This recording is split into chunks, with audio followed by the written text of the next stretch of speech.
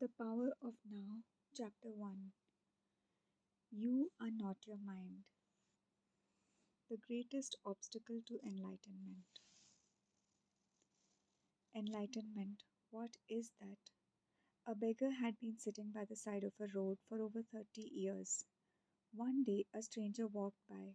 "Spare some change," mumbled the beggar, mechanically holding out his old baseball cap. "I have nothing to give you," said the stranger. Then he asked, "What's that you are sitting on?" "Nothing," replied the beggar, "just an old box. I have been sitting on it for as long as I can remember." "Ever looked inside?" asked the stranger. "No," said the beggar. "What's the point? There's nothing in there." "Have a look inside," insisted the stranger. The beggar managed to pry open the lid. With astonishment, disbelief, and elation, he saw that the box was filled with gold. "I am that stranger who has nothing to give you, and who is telling you to look inside. Not inside any box, as in the parable, but somewhere even closer, inside yourself. But I am not a beggar, I can hear you say. Those who have not found their true wealth, which is the radiant joy of being and the deep, unshakable peace that comes with it, are beggars, even if they have great material wealth.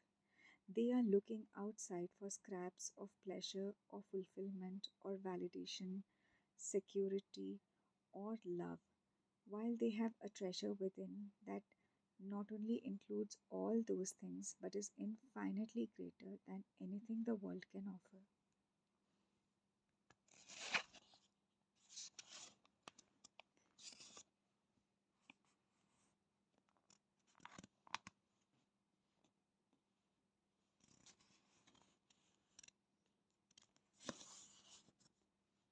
The word enlightenment conjures up the idea of some superhuman accomplishment, and the ego likes to keep it that way.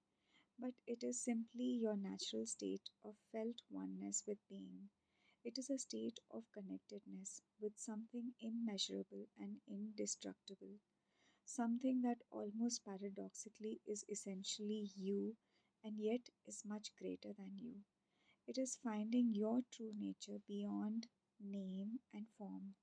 The inability to feel this connectedness gives rise to the illusion of separation from yourself and from the world around you.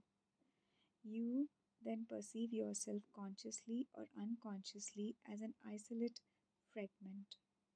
Fears arise and conflict within and without becomes the norm. I love Buddha's simple definition of enlightenment as the end of suffering. There is nothing superhuman in that, is there? Of course, as a definition, it is incomplete. It only tells you what enlightenment is not. No suffering. But what's left when there is no more suffering? The Buddha is silent on that, and his silence implies that you'll have to find out for yourself. He uses a negative definition so that the mind cannot make it into something to believe in or into a superhuman accomplishment, a goal that is impossible for you to attain. Despite this precaution, the majority of Buddhists still believe that enlightenment is for the Buddha, not for them, at least not in this lifetime. You use the word being. Can you explain what you mean by that? Being is the eternal, ever present one life beyond the myriad forms of life that are subject to birth and death.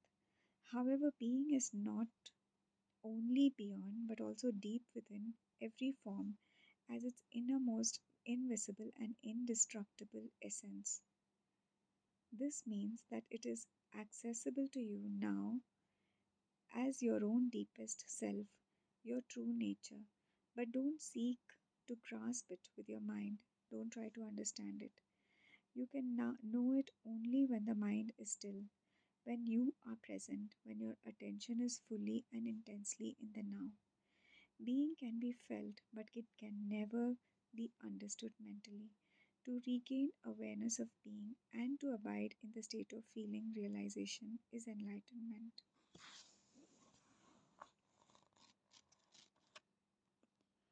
When you say being, are you talking about God?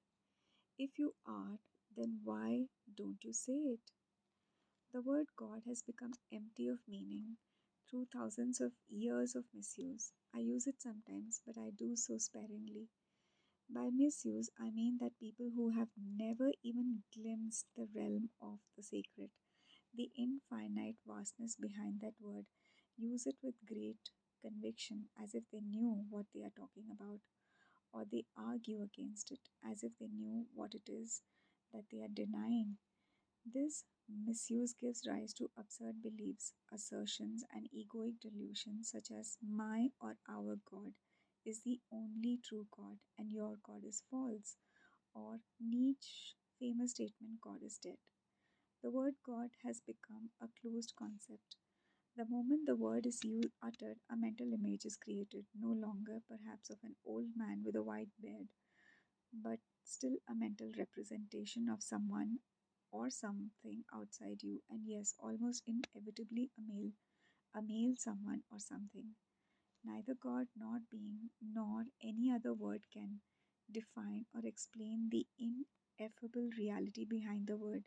So, the only important question is whether the word is a help or a hindrance in enabling you to experience that toward which it points. Does it point beyond itself to that transcendental reality, or does it lend itself too easily to becoming no more than an idea in your head that you believe in, a mental idol? The word being explains nothing, but nor does God. Being, however, has the advantage that it is an open concept. It does not reduce the infinite invisible to a finite entity.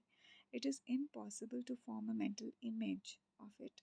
Nobody can claim exclusive possession of being.